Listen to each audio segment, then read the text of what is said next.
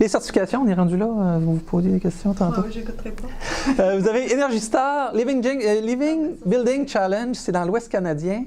C'est comme un LEED x2. C'est qu'ils sont stricts sur l'énergie puis sur le site, mais beaucoup sur les matériaux écologiques. Donc ça, c'est le summum actuellement de la certification écologique. Tandis que Passive House, c'est aucunement écologique sur le point des matériaux, c'est sur le rendement énergétique. Il faut que la maison soit à 0,6 changements d'air par heure, alors que Novo Climat, c'est 1,5. Et ça, c'est extrêmement dur à trouver, à atteindre au Québec. Puis pour avoir cette norme-là, il faut avoir des appareils qui viennent d'Europe, parce que l'échangeur d'air qu'on a ici n'est pas assez performant comparativement à ce qu'exige Passive House. Donc, ça amène des coûts puis des produits spécifiques, mais on peut s'en influencer. On peut construire une maison sans échangeur d'air? Non. C'est obligatoire dans le Code de construction du Québec. Parce que des murs qui respirent, ça ne respirera jamais assez pour faire sortir les polluants. Ça va faire vivre l'humidité, ça va aider à stabiliser, comme en paille, là, recouvert de terre, mais tous les autres polluants ne seront pas ventilés. Les maisons sont trop étanches. Oui. Ouais, ben c'est ça, mais... Ouais. Mais on n'a pas le choix d'être étanche parce que sinon on dépense trop d'énergie. Fait qu'il faut compenser par un échangeur d'air. La philosophie, ça va être d'améliorer les échangeurs d'air, donc en avoir des plus performants. Puis il y a un nouveau petit qui s'appelle l'UNOS. En fait, c'est des échangeurs d'air qui sont des trous d'un mur. Puis ça pousse l'air quelques secondes, ça arrête. Puis l'autre, à l'autre bout de la maison, il fait l'inverse. Fait que les deux sont synchronisés pour faire un petit échangeur d'air à rythme léger. Puis ça va faire l'échangeur d'air nécessaire, mais sans avoir de conduit à mettre, sans avoir un système de ventilation continue. Mais il n'est pas encore certifié au Canada, là, mais ça s'appelle l'UNOS. Il est à l'essai dans quelques maisons. Ouais, la maison Edelweiss que Go Habitation a construit à Gatineau, ils l'ont mis. R2000, ça existe encore, mais c'est une norme qui est exploitée ailleurs au Canada parce que nous, on a un Nouveau Climat au Québec. C'est pour ça qu'on n'entend plus parler, mais on pourrait encore avoir une maison certifiée R2000. C'est encore juste un rendement énergétique. Nouveau Climat, ben, ça prend un entrepreneur qui est certifié pour faire une maison Nouveau Climat. Sinon, elle n'est pas Nouveau Climat. Alors que LEED, ça prend un évaluateur écologique qui t'accompagne, qui vient investiguer la maison à certaines étapes de construction pour qu'à la fin, il te donne ta cote pour dire que tu as vraiment suivi les recommandations des stratégies écologiques pour avoir telle note. Là. Est-ce que LEED, tu peux être autoconstructeur ou ça... Oui. Oui, parce que... Oui, pas mal. C'est ce qui a été le cas, M. Côte-Noire. Il a pris un entrepreneur, mais mais pas pour toutes. Là. Il n'est pas clé en main, mais... Oui, la structure, OK, ouais. Mais je pense que oui, tu peux être auto... C'est juste qu'il faut que l'évaluateur écologique vienne certifier que ça a été fait comme il faut.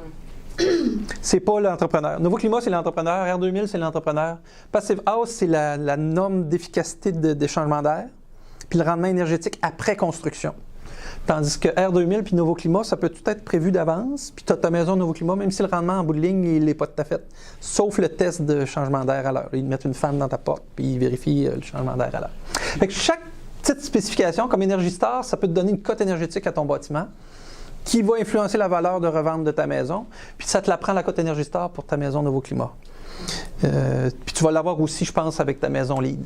Ça, c'est tout le temps des frais pour avoir une... Oui, à chaque fois, là, c'est des petites affaires qui font des frais de plus. On s'entend que Nouveau Climat, c'est pas un frais, par exemple. Non, Nouveau Climat, là, c'est ça. Nouveau Climat, c'est même 1 000 $ que ça redonne à la personne qui se donne le trouble de gérer sa maison Nouveau Climat. C'est plus que ça, je pense. C'est plus que ça. Pas grand-chose. Ben, il y a 1 000 puis des petits à côté, là. La maison LEED, ils ont eu 6 000. La maison LEED, ils ont eu 6 000. Pour Nouveau Climat? Oui, parce qu'ils n'ont pas de candidats, ils manquent de c'est pas populaire, puis ils ont augmenté. Peut-être. OK, ça se peut. Parce qu'ils ont eu. Ça m'étonne, 6 000. Tu peux-tu avoir comme Nouveau Climat et LEED? Oui. Les autres, ils peuvent s'additionner. Parce que d'ailleurs, pour être LEED, il faut avoir un Nouveau Climat. Il faut répondre aux normes Nouveau Climat. Okay. Parce que c'est une norme énergétique un peu plus haute que le code, puis il faut l'être Nouveau Climat pour être LEED. Ça c'est quand ça va être augmenté, là, c'est récemment. Oui, OK, ça se peut. Il y a des subventions pour ces affaires. Bien, il y a des subventions là-dessus, là. Nouveau Climat, ça peut être évalué, je pense. Energy Star, ça peut être évalué à peu de frais ou presque gratuitement.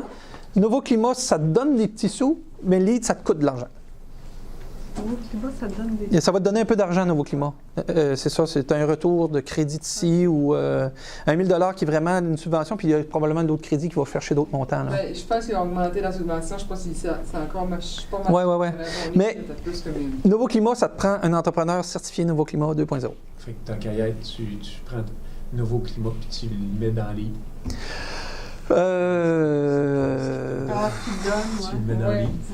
c'est ça. Mais oui, c'est ça. Ça sert à payer une partie de tes frais lead, effectivement. Faut que tu sois motivé. Oui, parce que non seulement tu as beaucoup de paperasse à remplir, mais il faut que tu suives des étapes, puis il faut que tu attendes des étapes. À un moment donné, tu attends que le certificateur vienne ou qu'il réponde à tes questions. Ou tu veux faire telle affaire qui n'est pas dans la norme, ça va-tu me donner des points ou pas? Ben, il faut que tu fasses approuver.